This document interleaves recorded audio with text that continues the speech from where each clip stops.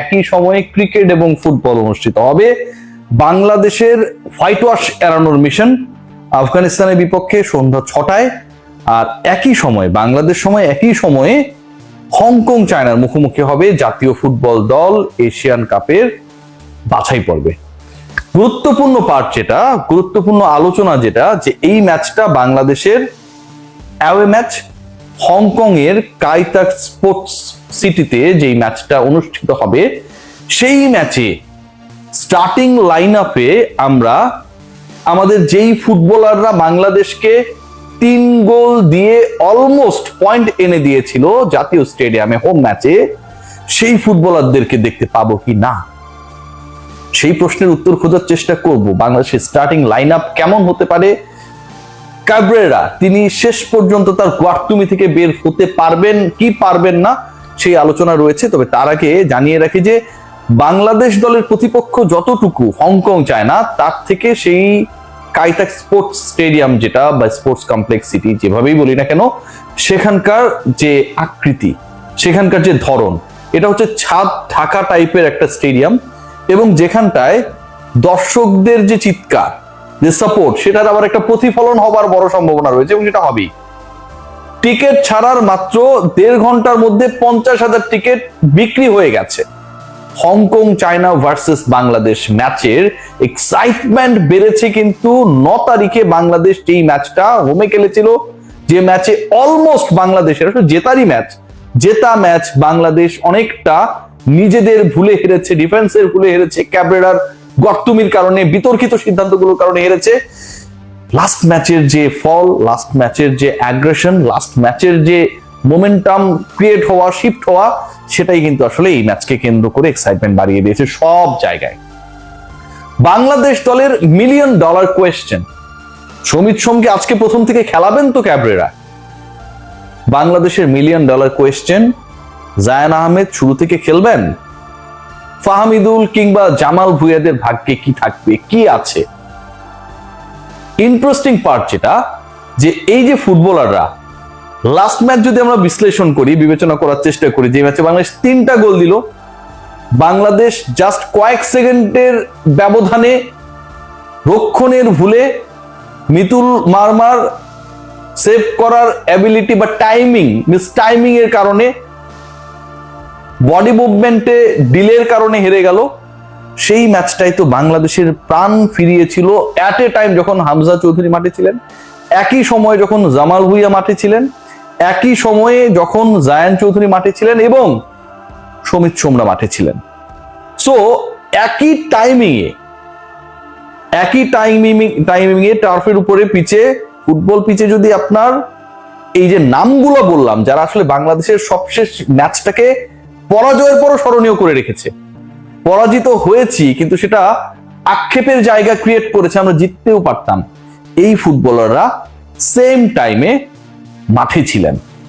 যদি সেটা হয় তাহলে এই ফুটবলারদেরকে স্টার্টিং লাইন আপে রেখে অথবা ম্যাক্সিমাম টাইম খেলার সুযোগ করে দিয়ে মাঠে নামাতে ক্যাব্রেরার সমস্যার জায়গাটা কোথায়?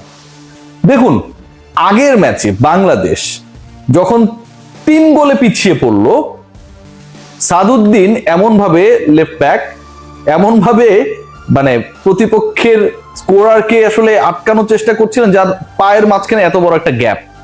জাকের আলী অনেক যখন ব্যাট করেন, এলবিডব্লিউ ছাড়া যেদিন আউট হন, সেদিন আপনারা দেখবেন যে স্ট্যাম্প থেকে অনেক দূরে সরে গেছেন, লেফট সাইডে মোটামুটি 2-3 হাত, বল অফ স্ট্যাম্পের বাইরে আরো 2 হাত দূরে, বিশাল একটা গ্যাপ। সো ওই জায়গাটা, ওর খেলাগুলো দেখে আসলে ইন্সপায়ার্ড ছিলেন কিনা সাদ, তারও পায়ের মাঝখানে এরকম একটা গ্যাপ, এবং এই গ্যাপটা যতক্ষণ পর্যন্ত ওই বল পাস করার আগ পর্যন্ত সময় নিচ্ছিলেন যে স্কোরার আসবে, আমি তাকে পাস করব, তার আগ পর্যন্ত সেই গ্যাপটাকে তিনি কন্টিনিউ করেছেন। বাংলাদেশ গোল কনসিড করেছে। সেই জায়গাটাতে আমি কেন জায়ানকে খেলাবো না? স্মার্ট ফুটবলার, টাইমিং বোঝে, ম্যাচিউর, শুধু ক্যাব্রেরা তার ম্যাচিউরিটি বোঝার ক্ষেত্রে অপারক। জামাল ভুঁইয়ার জায়গাটায় বেসিক্যালি এই মুহূর্তে কে খেলছেন? খেয়াল করে দেখবেন ফাহিম খেলছেন, রাইট?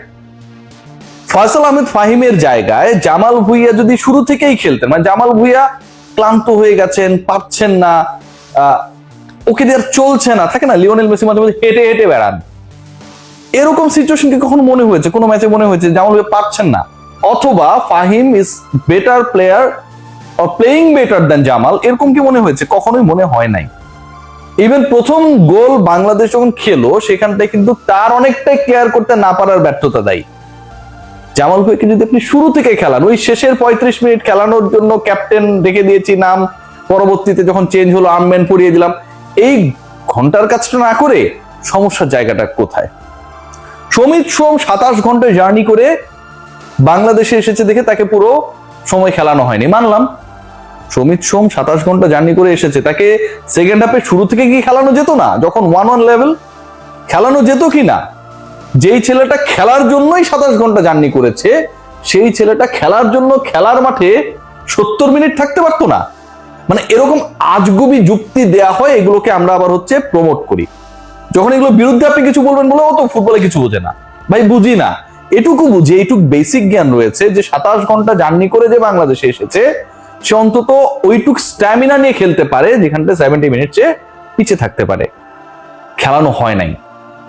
বাংলাদেশের আলটিমেটলি ওই ম্যাচ নিয়ে আক্ষেপ তৈরি হয়েছে, অথবা এই ম্যাচ নিয়ে, আজকের ম্যাচ নিয়ে এক্সাইটমেন্ট তৈরি হয়েছে সবশেষ ম্যাচের ফলের কারণে, সবশেষ ম্যাচের লাস্ট 15 মিনিটসে বাংলাদেশ যেমন খেলেছে সেটার কারণে।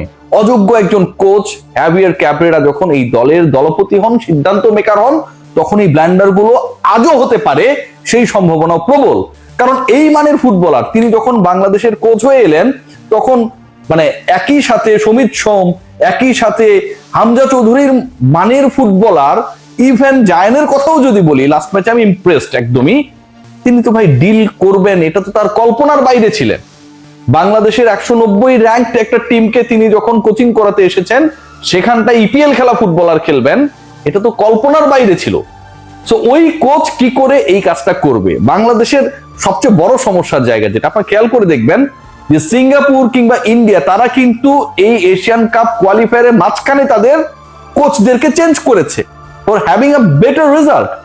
অথচ সিঙ্গাপুরের পরে এই অক্টোবর উইন্ডোতে আসার মাঝখানের সময়টা প্রায় 2.5 মাসের মতো আমরা সময় পেয়েছি, ক্যাবরেরার উপর বাফুফের ডিপেন্ড করে এখনো আছে।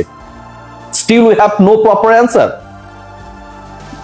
বাংলাদেশের সমস্যাটা তো একই রকম, যেটা আমরা সবাই জানি, শুধুমাত্র কোচ ছাড়া। আপনি দেখেন 2023 সাফের পর থেকে বাংলাদেশের যে সিচুয়েশন, সেটা কোয়াইট ইন্টারেস্টিং। সেখানটায় বাংলাদেশ লেবাননের বিপক্ষে 90+ মিনিটে গোল খেয়েছিল, কুয়েতের বিপক্ষে 105 মিনিটসের পরে, মানে হচ্ছে কি বলবো, যে এক্সট্রা সময় পরে হচ্ছে গোল খেয়েছিল। ফিলিস্তিনের বিপক্ষে বাংলাদেশ 94 মিনিটে গোল খেয়েছিল। হংকং চায়নার বিপক্ষে বাংলাদেশ